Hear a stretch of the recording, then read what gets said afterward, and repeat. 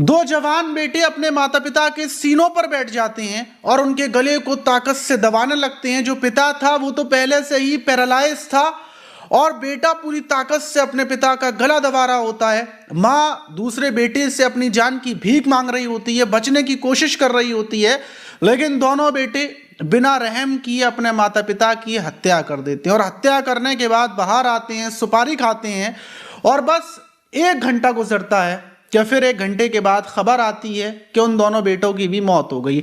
लेकिन सबसे बड़ा सवाल था कि आखिर बेटों ने अपने माता पिता की हत्या क्यों की और आखिर में 1 घंटे के बाद ऐसा क्या हुआ, क्या दोनों बेटों की भी मौत हो गई। पूरी कहानी बेहद हैरान करने वाली है। जब आप सुनेंगे तो इस घटना से बहुत कुछ सीखने को मिलेगा, क्योंकि आजकल ज्यादातर परिवारों में ऐसे ही मामले चल रहे हैं और ऐसे मामलों की वजह से ऐसी घटना ना हो, तो इसलिए आप इस घटना को सुन लें। तो चलते हैं और आज की घटना को शुरुआत से जानते हैं।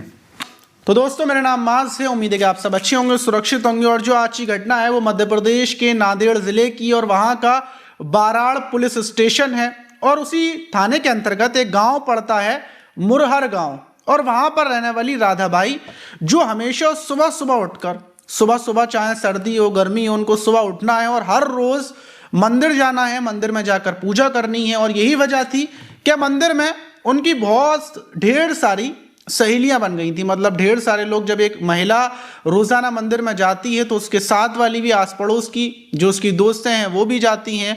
और जो ये राधाबाई थी, इनकी उम्र लगभग 45 साल थी और ये अपने पति सोनाजी लखे के साथ रहती थी, जिनकी उम्र 51 साल थी। इनके 2 बेटे थे। अब मंदिर आना जाना रोज का था, किसी दिन भी इनकी नागा नहीं हुई थी। लेकिन 25 दिसंबर की सुबह ये मंदिर नहीं पहुंचती। जब ये मंदिर नहीं पहुंचती तो इनकी जो साथ की सहेलियां थी वो हैरान हो जाती कि आज ऐसा क्या हुआ, क्या मतलब राधाबाई मतलब मंदिर नहीं आई। अगर उनकी कितनी भी तबीयत खराब हुआ करती थी तो वो मंदिर जरूर आया करती थी, लेकिन आज मंदिर नहीं आई। तो वो लोग पूजा करने के बाद सीधा राधाबाई के घर की तरफ चलती हैं। उनको लगता है कि हो सकता है राधाबाई बीमार हो गई हो। और जब वो घर की तरफ आती हैं तो गेट को काफी देर तक बजाती हैं, अंदर से राधाबाई की कोई आवाज नहीं आती। अभी तक वो इतना हैरान थी कि मतलब राधाबाई मंदिर नहीं आई थी। अब और ज्यादा हैरान हो गई कि जब गेट बजाने के बाद भी अंदर से कोई बाहर नहीं आ रहा है। और आखिर में वो गेट को धक्का देती हैं और जब गेट को धक्का देती हैं तो पता चलता है कि गेट खुला हुआ था, गेट को बस कोई बंद कर गया था। जो सहेलियां थी वो अंदर जाती हैं और देखती हैं कि राधाबाई चरपाई पर लेटी हुई हैं, उनकी आंखें बंद हैं। अब जो महिलाएं थी वो उठाती हैं राधाबाई को और दूसरी ही चारपाई पर जो राधाबाई के पति हैं सोनाजी, वो भी लेटे हुए हैं, उनकी भी आंखें बंद हैं। अब वो उनको उठाने की कोशिश करती हैं। जब राधाबाई आंख नहीं खोलती तो वो उनकी सांस को चेक करती हैं और पता चलता है कि राधाबाई की सांसें नहीं चल रही हैं। दूसरी तरफ जो उनके पति वहां पर लेटे हुए थे उनकी सांसें चेक की जाती हैं तो उनकी भी सांसें नहीं चल रही थी। फौरन जो महिलाएं थी वो गांव के लोगों को इकट्ठा कर लेती हैं कि ऐसे ऐसे मामला हुआ है। फौरन बाराड़ पुलिस स्टेशन को सूचना दी जाती है। बाराड़ पुलिस वहां पर पहुंचती है और दोनों बॉडियों को देखती है तो देखकर अंदेशा होता है कि शायद इन लोगों ने या तो मतलब कोई दवा वगैरह खुद खाई है जिसकी वजह से इनकी मतलब जान गई है, या फिर हो सकता है इनको मारा गया है। मारने का सवाल इसलिए आया क्योंकि इनके 2 बेटे हैं, जिसमें एक बड़ा बेटा है जिसकी उम्र 25 साल है, जिसका नाम बजरंग है, और दूसरा बेटा उमेश है जिसकी उम्र 22 साल है। और दोनों बेटे गायब हैं, दोनों बेटे इनके साथ रहते थे। वहीं एक पड़ोसी परचून वाला बताता है कि सुबह 8 से 8:30 बजे का टाइम था कि जब दोनों बेटे मेरी दुकान पर आए थे और वो एक सुपारी के उन्होंने 2 पैकेट खरीदे थे और उसके बाद वो चले गए थे। और जो वो गए हैं वो मुरर रेलवे स्टेशन की तरफ गए थे, मैंने इतना देखा था। अब पुलिस उन दोनों के नंबरों को ट्रेस करना शुरू करती है क्योंकि पुलिस का शक था कि दोनों बेटों ने ही इस घटना को अंजाम दिया होगा। पुलिस दोनों की मतलब लोकेशन को पता करने में लगी हुई थी कि उसी बीच लगभग 10 बजे के टाइम पर पुलिस को खबर मिलती है जो मुरर का रेलवे ट्रैक है, वहां पर 2 युवकों ने चलती ट्रेन की, जैसे ही मतलब ट्रेन आई उसके सामने उन्होंने छलांग लगा दी। और दोनों की मतलब भाई जाहिर सी बात है, ट्रेन के सामने आएंगे तो चीथड़े तो उड़ जाएंगे। फौरन जब पुलिस को यह खबर मिलती है, पुलिस मौके पर पहुंचती है, गांव वाले मौके पर पहुंचते हैं और जाकर देखते हैं कि वो दोनों बेटे उमेश और बजरंग हैं। इन लोगों ने मतलब ट्रेन के अगर ये लोग कूद गए। अब पुलिस चारों की बॉडियों को उठाती है, पोस्टमार्टम के लिए भेज देती है। पूरे गांव में कोहराम मच जाता है कि एक ही परिवार के चारों लोगों की मौत हो गई, पांचवा तो कोई था नहीं, पूरा परिवार खत्म हो गया। अब सवाल ये था कि माता पिता ने भी मतलब कुछ खुद खाया है या बेटों ने मतलब मारा है, और बेटों ने अगर मारा तो फिर बेटे रेलवे ट्रैक पर क्यों पहुंचे। बहुत सारे सवाल थे। वहीं पोस्टमार्टम के लिए जब दोनों बॉडियां जाती हैं तो पोस्टमार्टम रिपोर्ट में आता है क्या माँ पिता की दोनों की गला दबाकर हत्या की गई थी। और फिर सवाल ये था कि अगर उन लोगों ने हत्या की थी तो फिर वो लोग रेलवे ट्रैक पर क्यों गए। अब पुलिस सारे रिश्तेदारों से बातचीत शुरू करती है, अड़ोसी पड़ोसियों से एक एक चीज़ को जानना शुरू करती है, घर के हालात जानना शुरू करती है। और जब सारी चीज़ों को, सारे पहलुओं को जांचा जाता है आखिर ऐसा क्या हुआ था, तो पुलिस को पता चलता है कि जो पिता सोनाजी थे वो खेतीबाड़ी का काम करते थे और उसी से घर का खर्चा चलता था। ये दोनों बेटे अपने पिता के ऊपर पल रहे थे और पिता को 1 साल पहले अचानक से पैरालाइज हो जाता है, उनकी आधी बॉडी काम करना बंद कर देती है और उसके बाद पिता बिस्तर पर आ जाते हैं और फिर जो भी उनकी मतलब प्रॉपर्टी थी वो उसको बेच देते हैं, इलाज चलता है।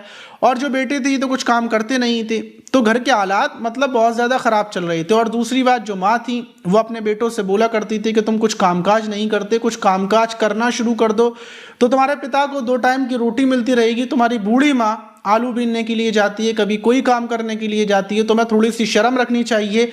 तो ये बातें गाँव वालों के सामने, और जो माँ थी, जो राधाबाई थी, वो अपनी सहेलियों को भी ये बात बताया करती थी कि ऐसे ऐसे बात है, मेरे बेटे कुछ नहीं करते।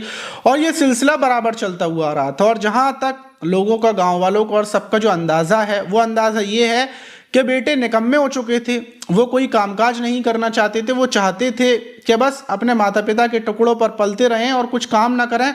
और जब माँ ज़्यादा बोलने लगी थी, क्योंकि पिता का बोलने का मामला शुरू हो चुका था, तो पिता भी बोला करते थे, तो ये दोनों परेशान हो चुके थे माता पिता के ताने सुन सुनकर। और इसी तानों से परेशान होकर इन लोगों ने ये तरीका अपनाया कि ये दोनों को ख़त्म कर देते हैं। और ख़त्म करने के बाद इन लोगों ने सोचा था कि प्रॉपर्टी बेच देंगे, उसके बाद शहर चले जाएंगे।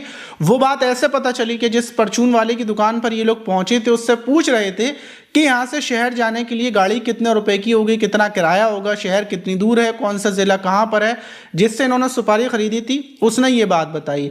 तो ये लोग सारी प्रॉपर्टी बेचकर बाहर जाना चाहते थे, अपने माता पिता की बॉडियों को ठिकाने लगाना चाहते थे। लेकिन जब इन लोगों ने हत्या कर दी और इन लोगों को एहसास हुआ कि इन लोगों ने अपने माँ पिता को मार दिया है, जिन्होंने पाल पोस कर बड़ा किया था, सिर्फ इस वजह से कि इनको काम ना करना पड़े, तो फिर ये परेशान हो जाते हैं। इनको लगता है कि पुलिस पकड़ लेगी, समाज क्या बोलेगा, क्या होगा। और इसी चीज़ से ये परेशान होकर जब इनको कोई रास्ता नहीं दिखता, अकेलापन सताता है, तो फिर ये रेलवे ट्रैक पर चले जाते हैं और इस कदम को उठा लेते हैं। तो एक ही परिवार पूरा ख़त्म हो गया। और ख़त्म कैसे हुआ कि बेटों को ताने बुरे लगने लगे थे, जो माता पिता के ताने थे। माता पिता की तो पूरी ज़िंदगी हो चुकी थी, गुजर चुकी थी जितनी गुजरनी थी। अब वो चाहते थे कि उनके तानों की वजह से दोनों बेटे कुछ कर लें, क्योंकि बेटों को पढ़ाया लिखाया था, बेटे देखने में सुंदर थे। लेकिन बेटों ने ये सोचा कि माँ बाप उनको ताने देते हैं, यानी कि उनको टॉर्चर करते हैं, और इस टॉर्चर से बचने का रास्ता ये है कि माँ बाप को ही मार दिया जाए।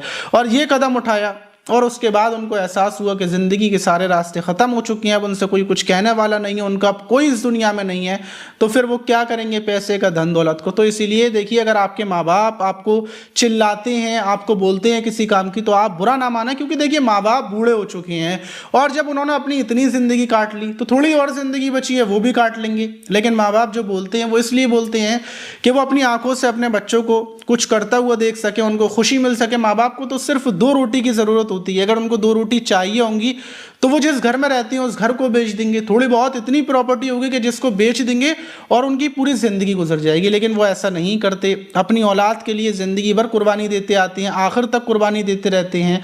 और औलाद गुस्से में आकर उनसे उल्टा सीधा बोल देती है, ज़बान चला देती है। तो आज मैंने ये वीडियो इसलिए बनाने की सोची कि आज के टाइम में बहुत बार देखा गया है कि बच्चे अपने माँ बाप से चिल्ला कर बातचीत कर रहे हैं, उल्टे सीधे जवाब दे रहे हैं।